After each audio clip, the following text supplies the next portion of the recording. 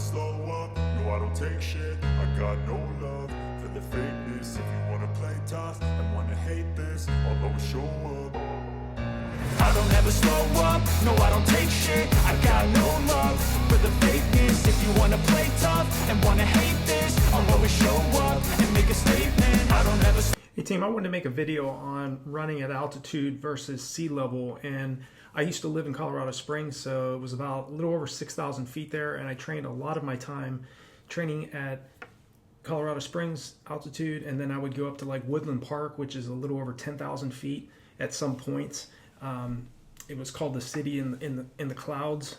Great place to train. The question I got recently regarding this is from the Art of Running, who said, "Coach, would you consider doing a video or comment on altitude and differences with pacing, time goals, etc.?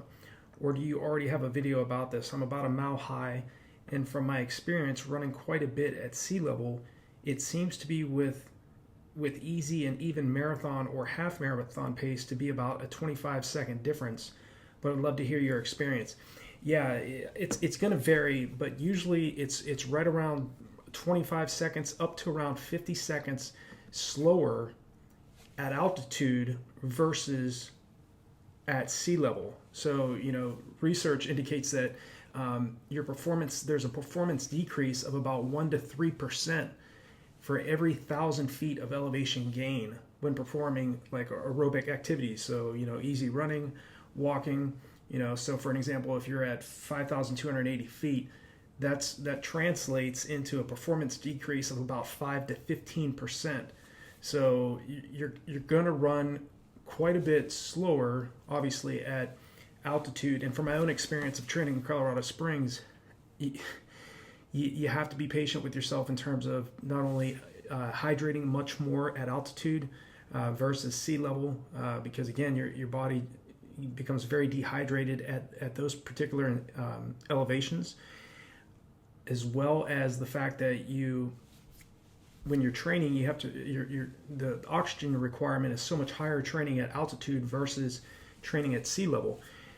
Now, training at altitude, it's not a guarantee that you're going to be even more prepared than the athlete that's training at sea level, but in most cases, even the world's top distance running coaches all are big advocates of training and living at altitude. And I certainly, if I had the choice between living at sea level and training at sea level or training at altitude, I would pick altitude. I was, when I was stationed at Fort Carson in Colorado Springs, I was very fortunate to have the opportunity to do most of my training and at altitude, but also had some great training partners and some of the very best workouts I've ever done in my life. I did at altitude. It wasn't at sea level. So in some cases, going into the 2007 California International Marathon, the fastest 20-mile long run I had done at altitude was 1 minute or 1 hour and 56 minutes. So it was, well under 6-minute mile pace. But when I got to sea level in Sacramento, I was able to go through the 20-mile mark in that race in 1:44:05. So drastically faster paces. And again, I've had times where I'm training at altitude and I came down to sea level and didn't run nearly as tough. Okay, so there is some days where, as you all know, there's some days you're just on, and it's a mystery. How some days you can feel absolutely awful. You have a great build up and you just feel absolutely awful in a race, but then other days you right off the bat within the first few miles, hey, I'm going to do this. I'm ready to go. But when you're training at altitude, you do have to factor in more recovery. The fact that if you're training at sea level, you're going to have much more oxygen for one. It's not going to be as stressful on the body versus if you're at 5,280 feet, if you're a mile high, or if you're 6,000, 7,000 feet. So there are challenges in regards to training at altitude. The very best place I ever trained at in terms of altitude is Alamosa, Colorado. It sits at 7,500 feet. Super flat roads. Adams State College, now Adams State University, where Dr. Joe Vigil used to coached there for a little over 30 years. His teams and the school itself is headquartered in Alamosa. Flat roads everywhere, the most perfect spot to do tempo runs and long runs. It's right in the San Luis Valley. And if I always tell runners, if you have the opportunity to spend some time out in Colorado, go to Alamosa. Alamosa is the best spot. And of course, everywhere in Colorado, there's some great training places. Boulder's great. Colorado Springs, of course, has some great spots. Cheyenne Mountain High School is where I did all of my track workouts. That sits at 6,400 feet. And yeah, so I mean, in regards to your question, the art of running, I think you're going to do very well having the opportunity to train at altitude. But yeah, I would just keep those things in mind in terms of sea level. You know, you're going to be running about 48 seconds faster per mile if you're running at sea level, coming from an elevation of say 5,280 feet. So again, you're factoring in that 10% decrease in speed due to the elevation. And at the higher elevations, you know, say at a mile high, the air pressure is so much lower. So that means you have less oxygen available for your breathing, and that means you have a reduced oxygen availability. So, you know, that can lead to obviously lower capability in terms of your aerobic capacity and endurance. And as I mentioned before, studies have shown that for every 1,000 feet increase in elevation above sea level, there's going to be a decrease in performance due to hypoxia, which is reduced oxygen uptake. And that particular impact is going to vary from individual to individual, but generally leads to running slower times just based on the fact that you're so much higher versus the athletes that are training at sea level. And of course, there are plenty of sea level athletes out there that can outrun athletes that live and train at altitude. You know, I'm an example. I got beat even in my prime by a lot of runners that were living and training at sea level. So it's not always.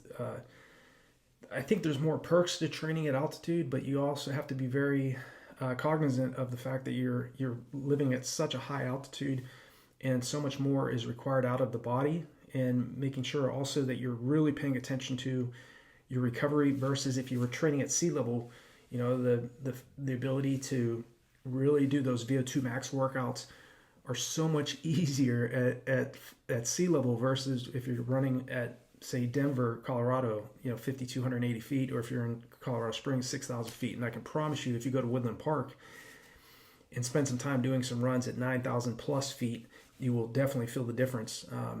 As I'm sure you have, the fact that you're already in that particular elevation already. But that's the general rule. Okay, so as you know, just to recap, there's a performance decrease of about 1 to 3% for every 1,000 feet of elevation gain when you're performing aerobic activities. Okay, so if you're running easy running, the impact is going to be 1 to 3% at training at altitude versus if you were at sea level. And so in terms of performance decrease, that's going to be about 5 to 15%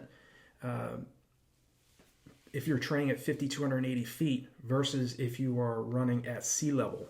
So again, this is going to vary from athlete to athlete, but in most cases, you're at an advantage if you're training at altitude, because again, your body's producing so much more red blood cells that when you come down to sea level, you have much more ability to run at faster paces, because again, you have those extra red blood cells that have been produced by living and training at higher altitude, and your body adapts to that particular altitude and the stress, you know, the workouts and the stresses that you've placed on it over several months leading into your goal races. So again, make sure that you're hydrating well at the higher altitudes. If you're living in Colorado or you're living in any other place, you know, Mexico City or the other place that's at high altitude, it's absolutely vital that you pay attention to not getting dehydrated, because you know the body requires so much more fluid, much more oxygen during even easy running at altitude versus if you're living and training at sea level. So I hope this answers your question, the art of running. If you have any other questions, or if I didn't answer something specific in this particular video, leave me a comment. I'll reach back out to you and respond. If any of you have any other questions, whether it's altitude training, sea level training, or any other topic, leave a comment below my videos. I will always respond back to you all. So thank you so much for watching my videos. Thanks for your support. And if you're looking to take your training and racing to the next level, check out RunDreamAchieve.com or the resources below my videos. Thanks so much for your support, and I'll talk to you all in the next one.